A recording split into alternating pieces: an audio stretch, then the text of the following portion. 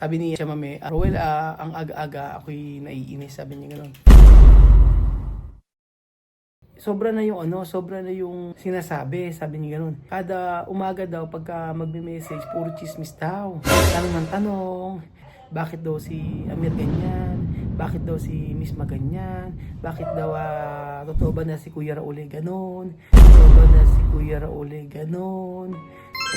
Welcome to Tia Celsa Peluqueria Salon de Celsa. Pwede. Magandang araw po sa inyo lahat mga amigo. Nandito po tayo kila Tia Celsa at eto. Tsara, ilang araw nyo lang kinukulit. Gusto ko siyang papuntahin kila Venus para malagyan na ang team na kulay sa kanyang buhok. Kasi ang Tia Celsa niya, ang dami ng puti. Bakit maraming puti si Tia Celsa? Konsumisyon! Konsumisyon si Tia Celsa mga yun. Ganoon naman talaga pagka may edad ka. Ay, nako. Tsaka vamos. Tar. Ay, kisintar. Yung mismo sa cam. Peluquería o cómo así que estamos hoy, por Dios. Wow. Ayan. So, mami naka-LL. ¿Por qué no quiere con Venus? No quiere pagar mucho? Sí, es 30. Ayaw doon niya kay Venus kasi gumagana. Así yo como en blanco siempre yo hago. Ayaw doon niya kay Venus kasi daw bili ng bili. Mucho dinero. Oo, gastos ng gastos pag kay Venus kasi mahal nga naman pagka doon. Sabi siya mami, bumili na doon kami ganito. Dapat marami kang binili. Apa? Yose. Ano ba? Ha? No, no tiene problema. Ganyan. ¿Eso negro? ¿Qué color es esto? Puro negro en este marrón, sí que está. Marron? Ba't marron? Ya está grande, ¿no? 30 pesos, meron pang kulay isa eh. Ganyan. Pagka ganyan. Ganyan. Poco-poco, siya mami. Sí. Ganyan lang. Por eso yo te digo que pongo guantes, te he dicho que tú sabes. Ah. ¿Qué clase de peluquería? ¡Ay, esta peluquería de hoy, por Dios! ¿Cómo se llama esa peluquería? Oye, le mi guante. Guantes no necesito. Hay que poner guantes, si no tu mano va a manchar. Nada. Espera. Guantes? Sí. Maguguantes para usted, Celsa. Arty. Ayan. Ito, may guantes. Ame. Oh, ¿qué clase? Ahora, buenos días. Estamos hoy en la peluquería. Peluquería de casa. Sin pagar. Sin pagar. Gratis. Libre. Gratis, libre. Sarap! Ayan. Magalagay tayo. Kinukwento ni Ose, tapos ka na, Ose? Tapos ka na? Ay, hindi pa. Sige. May ginagawa sila, Ose. So, ako na lang po, mga amigo. Samayat, no hay que poner. Yo mismo. Poco.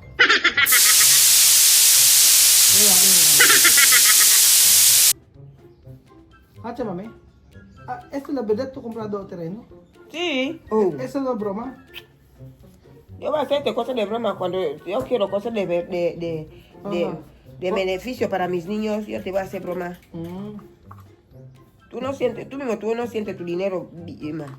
Tú no sientes tu sufrimiento, solo tú sientes. Tira dinero. No así, se tira dinero con cosas de valor. What's the valor? Sabi Tira niya, dinero. totoo daw mga amigo, nakabis siya kami ng lupa sa Equatorial Guinea. 700,000 nga daw yung presyo. Tapos, yun daw yung binigay ng mga, yung binibigay ko sa kanya araw-araw. Doon. Naipon daw na naipon. Akala ko pinambibili niya ng pagkain. Nung pala, hindi. Sobra-sobra daw. So, nakabili siya ng lupa, mga amigo. At hindi, malupit si Tia Celsa. Ayan. Okay na. Mabilis. Ang ganda to, oh! Está bien, chame! Ang ganda nito, oh! Sí, así. Oh! Comprar grande dinero, de mucho dinero. Ganda! Pagar Ang bilis ko muna, mucho dinero. Nosotros no hacemos así. Oo nga eh. Nosotros soy blanco, gastar. Oo nga. Tayo kasi, di ba? Tayo kasi may ugali tayo na yung iba, kagaya, magastos, ganyan, sila hindi eh. Yo no gasto mi vida. Oo. Pero meron sa kanila, chama may también Guineano. Guineano también cuando tú das dinero debes gastar pronto, ¿no? Sí, Pero chama todo may el mundo. Todo el mundo. No solo guineano, Todo el toda mundo. gente. Cuando no conoce el valor del dinero, tú le das, va a gastar. Sabi Chame, kapag hindi alam yung gastusin yung pera, kung hindi alam saan gagamitin yung pera, nauubos. Yon. Yun sabi ni Chamame. Magyan. Ayun. Kaya, sinasabi ni Chamame na dapat gastusin yung pera sa tamang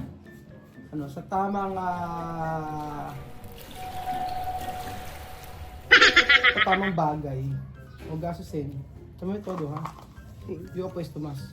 Porque no hay más. Ito, dalawa kailangan. Hindi siya mabaho. No olor. Chamame. No olor mal. Es claro. No, hindi siya mabaho eh. Hindi ko. No está bien. Ay, alam niyo ba? Tangin ng maga. Si Tia si Chisme! Chismosa! Chismosa. Chismosa. Ikukwento ko sa inyo mga amigo. Antayin niyo ako. Antayin niyo yung ikukwento ko. Magugulat kayo. May ginawa si Tia Cesa. Antayin niyo. Naku, susime. Antayin niyo. Huwag niyo akong may iwanan sa video na to. May ginawa ang Tia Cesa ninyo. Kaya mga amigo, ano yung bagay yung mas gusto niyong ipundar? Ano ang gusto niyo ipundar? Kapag ka nagkapera kayo? Ano ang gusto niyong bilhin kapag may nagkapera kayo? Kasi, di ba?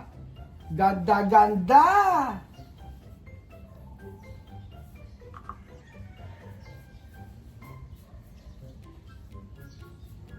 Kailangan lagyan ng marami. Poner mucho. No mucho. Termina de poner así tú dejas. Kasi, Ella me va a hacer, va a cambiar. sa verdad. Sí. Sabi ko, lagyan ng marami. Hindi ko kulay. Iba yung texture ng book nila eh. Manipis lang siya mga amigo. Tapos, bukod sa manipis yung book nila, madali. Madali. Kumain ka, Pilitina!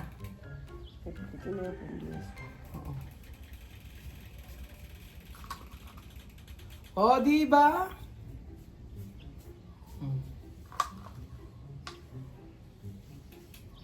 Ayan. Ganyan.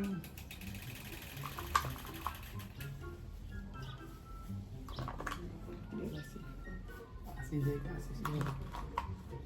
Mejor con guantes. Okay, Sí. pag may guantes mga amigo. Si no para guante, tu mano va a ensuciar. Oo. Pero, hay más.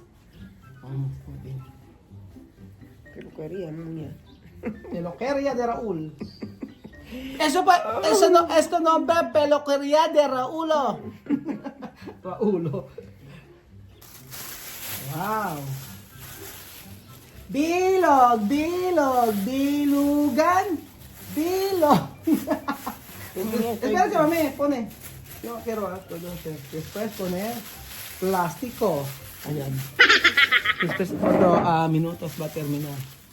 Ayun pa mga amigo. Ano? Siya may poner mo sa isa. Boko. Pera. Kulang pa. Sayang. Meron pa. Sayang. Yo pues ano. No. Saka. Okay. Ay. Ayan. Ito. O, sa may kulay. Oo nga. Okay na yan. Bibila ko marami siya mamili ito. O, di ba? Ganun lang. Ito mga amigo, si Tia Cesa, merong Pilipino. Meron siyang Pilipino na kausap. At inis na inis siya. At alam niyo kung bakit. Magang magpa daw, nagme-message sa kanya. Pilipino to ha. Pilipina. Nakita ko eh. Nagme-message. Tapos siya mamitira. Ayan. Contest. Ase! Kwento ko sa inyo mga amigo. Merong Kanina, galing ako dito, pagpunta ko dito, kasi umalis din kasi kami kanina eh. Then nagpunta kami sa palengke, bumili kami ng pangkulay. Tapos, sabi niya siya mami, Roel, ang aga-aga, ako'y naiinis, sabi niya gano'n. Sobra na yung sinasabi, sabi niya gano'n. Kada umaga daw, pagka magme-message, puro chismis daw. Tanong ng tanong, bakit daw si Amir ganyan? Bakit daw si Miss Maganyan? Bakit daw, totoo ba na si Kuya Raul ganon? Totoo ba na si Belgian may ginagawang ganon? Ano ba yung mga pinagagawa niyo dyan? Mga ganon! Tapos sabi niya mami, sa sobrang inis nga daw niya, ay binlock niya, sabi niya,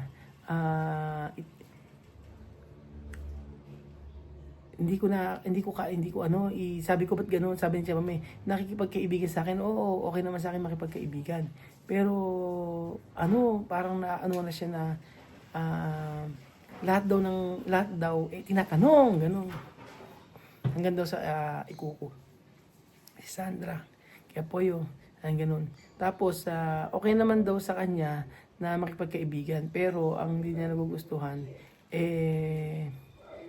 yung chismis nga, yung mga tinatanong, yung totoo ba? Yung bang sasabi, mami, totoo ba yung sa video ba ni Kuya Raul, ganyan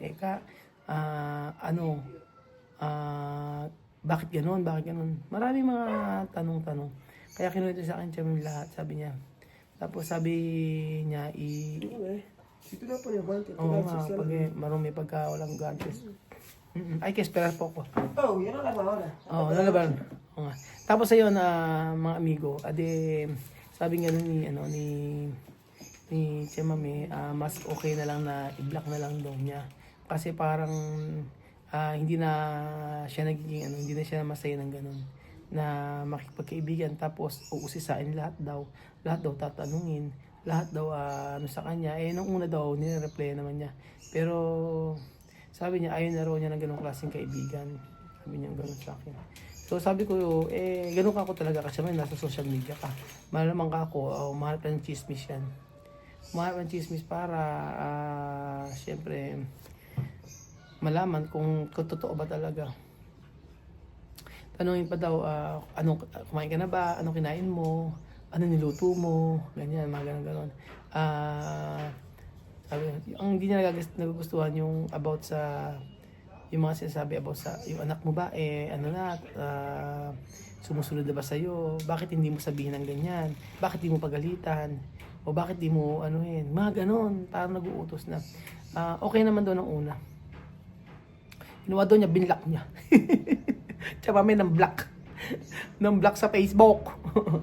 Nang block sa Facebook, sabi ganun. Sabi yun. Kaya sabi ko, tsaka iba kasi ako galing tao, kahit Pilipino, Ginyano, parehas lang. Sabi ko ganyan, parehas lang. Di ayun, sabi niya, ayoko na magkaroon ng ganong kaibigan kapag lahat itatanong. Kada ba may pupuntahan ako, satanong kung nasaan o maganon. Ikaw nga, sabi nga, ikaw nga at saka pamilya mo, hindi ka tinatanong kung saan pupunta. Pagka umaalis sila ng malengke.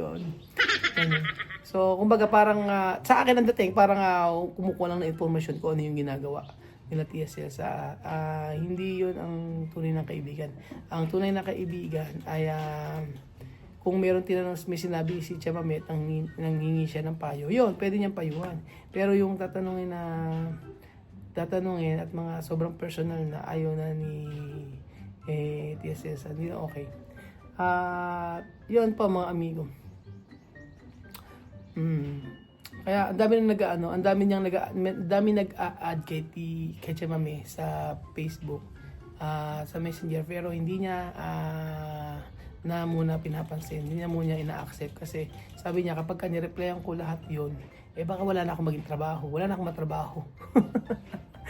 So ayun pa mga amigo, sabi ni Tia Celsa sa akin, pakisabi sa mga Pilipino, pasensya na kung di siya nakaka-reply sa mga message request at saka sa mga nagbe-message sa kanya na kanyang kaibigan sa my Facebook. So yun po ang gusto niyang iparating sa ating lahat. Gusto niyang gusto mo, sabi sa social media kasi, si Chema May, hindi naman siya maano. Pero natuto syempre sa Facebook, sa Messenger, yan, okay na siya. Ayun po mga amigo, yun po, ang istorya ng pambablock ni Tia Cesa ng isang Pilipino sa may Facebook. So, ano gagawin natin ngayon? Tayo ay makipag-chismisan pa.